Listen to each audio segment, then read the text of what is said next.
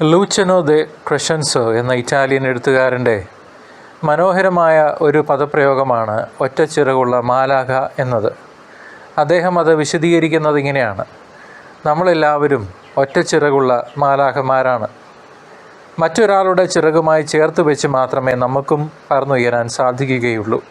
ഇത്ര മനോഹരമായി മനുഷ്യബന്ധങ്ങളെ മറ്റാരെങ്കിലും അവതരിപ്പിച്ചിട്ടുണ്ടോ എന്നറിയില്ല.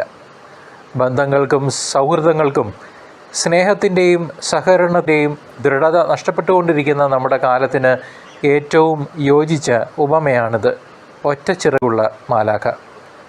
മാലാഖമാരുടെ മതപരമായ പശ്ചാത്തലമൊന്നും നമ്മൾ നോക്കേണ്ട കാര്യമില്ല. നന്മയുടെ ഭാഗത്ത് നിൽക്കുന്നവർ മാലാഖമാർ എന്നൊരു വ്യാഖ്യാനം മാത്രം നൽകിയാൽ മതി തൽക്കാലം. ഞാൻ ഒറ്റയ്ക്കാണ് എൻ്റെ ബിസിനസ് സാമ്രാജ്യം മുഴുവൻ കെട്ടിപ്പടുത്തത് എന്ന് വീമ്പ് പറഞ്ഞ ഒരാളെ ഈയിടെ കാണാനിടയായി. സത്യത്തിൽ അയാൾക്ക് സ്വന്തമായി ഒരു കമ്പ്യൂട്ടർ പോലും ഉപയോഗിക്കാൻ അറിയില്ല. എത്രയോ പേരുടെ സഹകരണത്താലാണ് ഓരോരുത്തരും ഓരോ കാര്യവും ദിനവും ചെയ്യുന്നത്.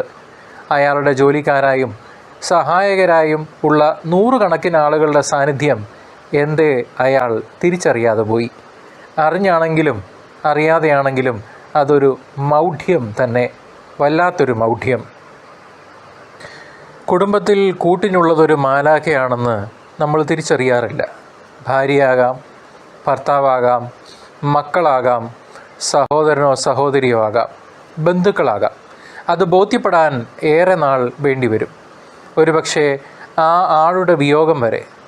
ജീവിച്ചിരിക്കുമ്പോൾ മറുതയായും വിഡ്ഢിയായും മരക്കഴുതയായും കരുതപ്പെടുന്നവർ മരണശേഷം മാലാഖയായി മാറുന്നു. നമ്മൾ തന്നെ അങ്ങനെ വിശേഷിപ്പിക്കുന്നു.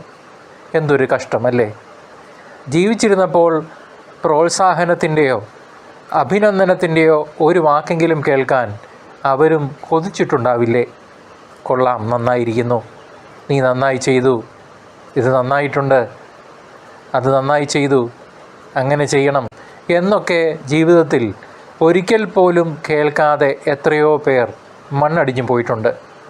അവരിൽ ചിലരെങ്കിലും എൻ്റെ സുഹൃത്തുക്കളായിരുന്നു, സഹപ്രവർത്തകരായിരുന്നു, കുടുംബക്കാരായിരുന്നു എന്നത് ഇന്ന് എൻ്റെ കണ്ണിനെ നനയ്ക്കുന്നു.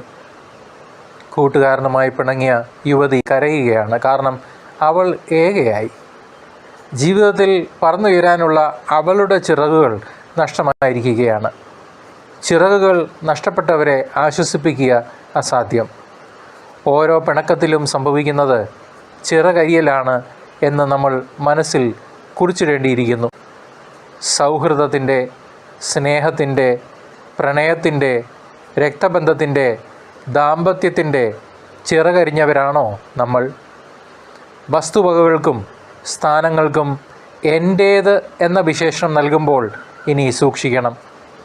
എൻ്റെ കുട്ടി എന്ന അമ്മ പറയുന്നത് സ്നേഹത്തോടെയാണെങ്കിലും അപ്പനും അതുതന്നെയല്ലേ പറയാനുള്ള അവകാശമുണ്ടെന്ന് മനസ്സിലാക്കണം. നമ്മുടേത് എന്ന് പറയുന്നതാണ് കൂടുതൽ നല്ലതെന്ന് തോന്നുന്നു. മാത്രമല്ല, ഒന്നിൻ്റെയും സ്ഥിരമായ അവകാശികളോ അധികാരികളോ അല്ല നമ്മൾ. ഏറിയാൽ 70 അല്ലെങ്കിൽ 80. അതിനപ്പുറം നമ്മളിൽ എത്ര പേർ ഉണ്ടാവും? പക്ഷേ ഇവിടുത്തെ സ്ഥാനങ്ങളും സ്ഥാപനങ്ങളും മരങ്ങളും എല്ലാം പിന്നെയും കാണാം. അത് നിലനിൽക്കും. ഫോറസ്റ്റ് ഗംപ് എന്ന സിനിമ തുടങ്ങുന്നത് നായകൻ ബസ് സ്റ്റോപ്പിലെ ബഞ്ചിൽ വണ്ടി കാത്തിരിക്കുന്ന ദൃശ്യത്തോടെയാണ്. തൻ്റെ അടുത്തിരിക്കുന്നവരുടെ മുമ്പിൽ അയാൾ തൻ്റെ ജീവിതം തുറക്കുന്നു. അമ്മ അയാൾക്ക് കൊടുത്ത ഉപദേശമാണ് അയാൾ പറയുന്നത്. അമ്മ എപ്പോഴും പറയുമായിരുന്നു, ജീവിതം ഒരു ചോക്ലേറ്റ് പെട്ടി പോലെയാണെന്ന്. നിനക്ക് എന്താണ് കിട്ടാൻ പോകുന്നതെന്ന് ഒരിക്കലും നിനക്കറിയാൻ പറ്റില്ല. സത്യം, ആരെയാണ് നിനക്ക് കൂട്ടിനായി കിട്ടുന്നതെന്നും എവിടെയാണ് നീ ചെന്നെത്താൻ പോകുന്നതെന്നും ആർക്കും അറിയില്ല.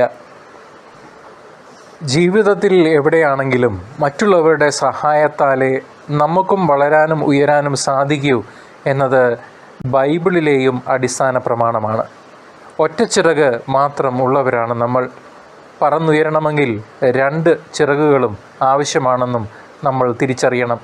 അപ്പോൾ അപരനെ ആശ്രയിക്കേണ്ടത് ആവശ്യമായി വരുന്നു. എവിടെയോ വായിച്ചതാണ് ഞാൻ, നിൻ്റെ കൂടെയുള്ളവനെ കൂടെയുള്ളവളെ മാലാഖയായി കരുതൂ.